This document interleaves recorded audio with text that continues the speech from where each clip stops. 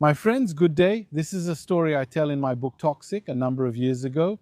I was brought in, I was asked to betray the people I was working with, and I refused, and I lost my job.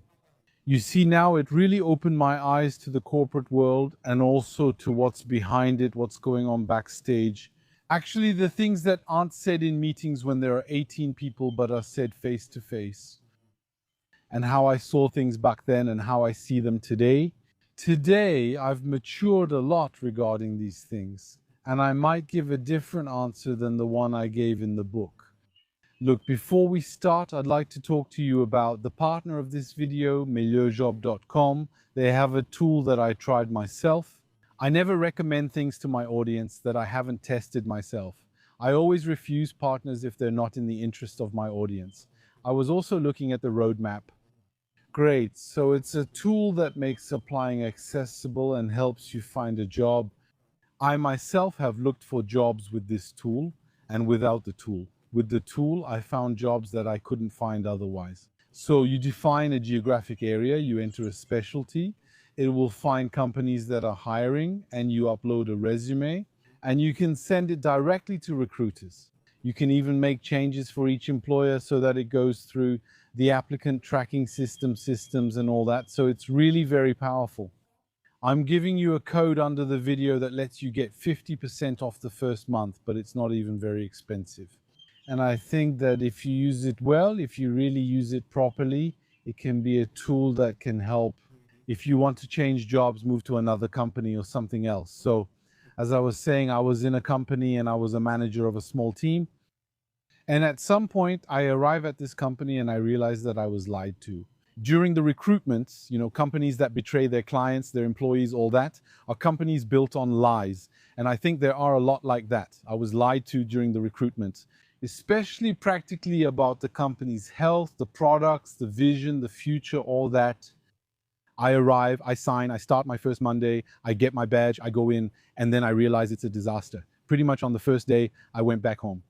I was holding my head like this. I knew I had made a big mistake, but it wasn't really a mistake I made.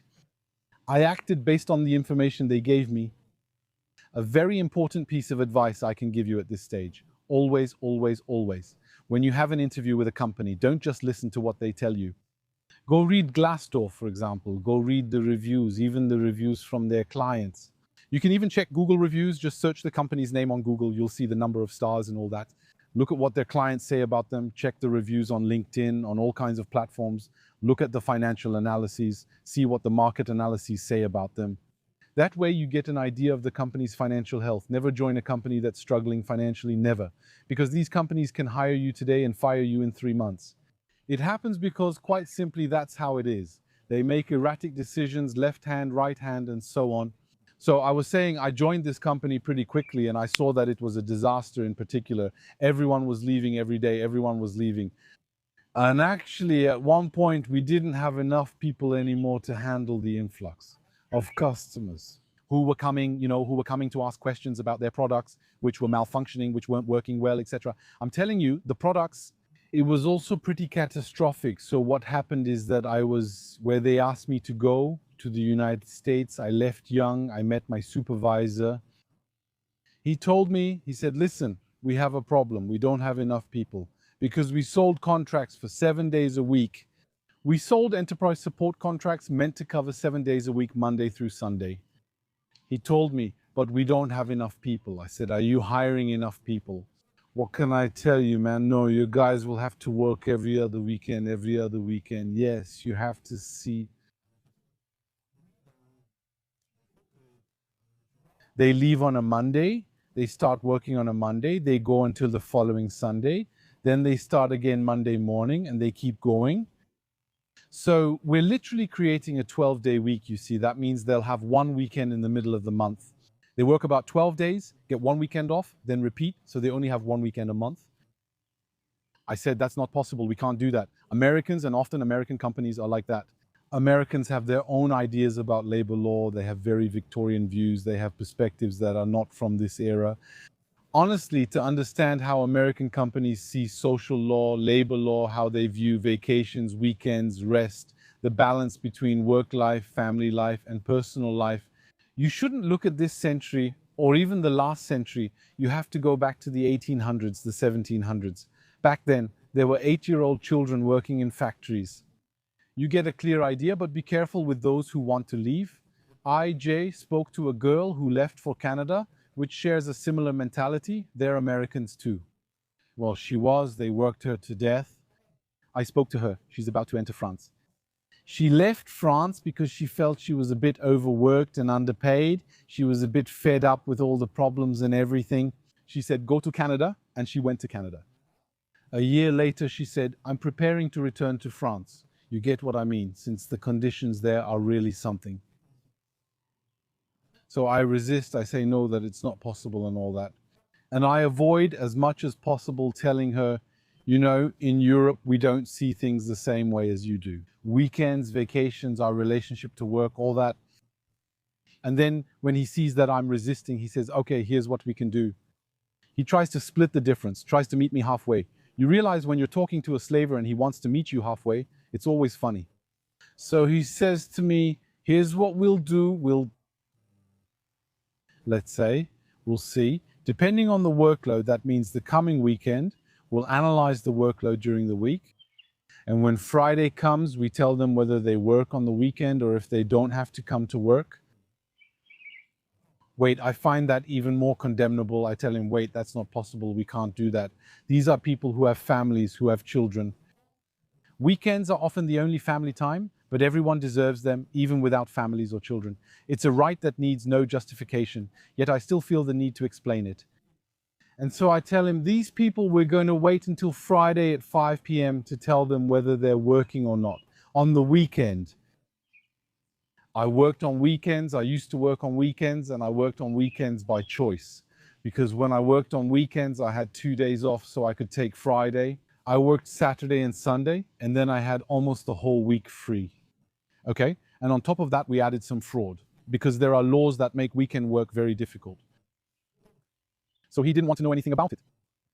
So what he told me, he said this to me, he said, listen, now you're a manager, now you're not on the employee's side, you have to think that you're on the employer's side because now you're one of us. And at that moment, it's true that I realized he wasn't hiding it at all. It was very clear. There was the them, the employees, and the us, the management. So, well, first of all, I'm not corruptible. That's the first point. Secondly, let's imagine that you're going to bribe me with a manager position. What's a manager anyway? I mean, it's just a regular job like any other. It's a supervisor. It's just a worker like everyone else. He's not higher in the hierarchy. He's at the same level. And then basically he just watches who comes in, who doesn't, who called in sick, who has a headache, who isn't performing well. That's it. I mean, when you look at the old mines in Victorian times, the manager was just a worker like the others who was put there and looked out for the boss's interests, while the boss, meanwhile, went to the sauna.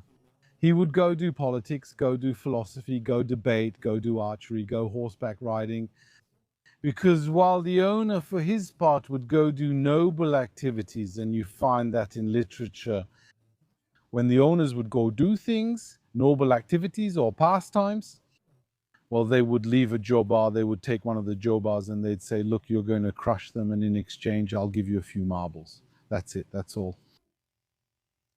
So he tells me, it's up to you to convince them. It's up to you to defend the company's interests and convince them. He wanted me to betray those who trusted me and to go convince them that it's good for them, for their families, to work 7 days a week without any compensation, neither financial nor for their days off or anything else.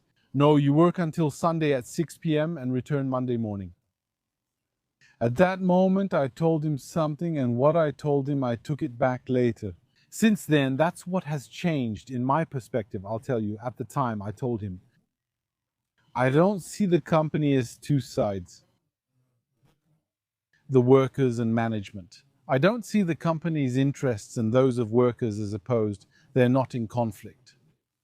For me, everyone's interests are in the same place. It's a common interest, and we all have a shared interest in succeeding together.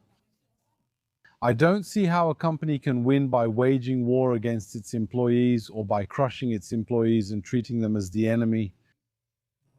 My vision was naive, it was wrong. His vision was right and I was wrong. Anyway, it ended badly in any case. Later, the guy took a dislike to me. Anyway, 3 days later, he resigned, so I didn't lose anything. In this company, you greet someone, promise to bring a file or send it, but when you return, his office is empty. He's in the United States. People disappear so fast, without warning, without anything. You see the guy the next morning, you go to his office, and it's empty, there's nothing there. The nameplate is gone, everything's empty, it's like he never existed. But what I'm trying to tell you is that the company doesn't forgive. I'm here, I took a bit of a risk. There's a bit of pollen in the air here, I'm starting to feel it. I'm not going to hang around here. So as I was saying, the company is not a neutral place. The company is there to extract value from its employees. And indeed, there is a war. There is a war between the employees and the company. The company is a tool of extraction, serving its hierarchy, who receive huge bonuses based on how much value they can extract from the employees. And also, they work for the shareholders as well, the people who give them money and want a percentage, who want returns. And those returns depend on how much the employee is squeezed. You see, so the company is fundamentally a tool of oppression, you see? So yes, they make money, that's good and all, but still their identity is an identity of oppression, no matter what, right? They're nice, they're kind, they say we're one big family, but structurally they're a tool of oppression. So that's something that always has to stay in the relationship. You can be nice, work in a company, I like you all. We have a get-together with colleagues, someone retires, we give them a gift, all that. Yes, but still we need to be clear ideologically in our position. What is the relationship? We have a relationship with people who crush us to extract value. And what that guy did, which I felt at the time was a betrayal, today I realize it wasn't a betrayal. It's systemic, it's a systemic action in the corporate world. And here I'm telling you something that I saw, something that he expressed very clearly. But you have to know that these kinds of things exist in all companies at every level. There are plenty of things, decisions that are made that are against the employee, and then they're simply wrapped up by people who are there to sugarcoat them. So it's up to you to defend your interests. It's up to you to stay alert and see if what's being done or planned is for you or against you.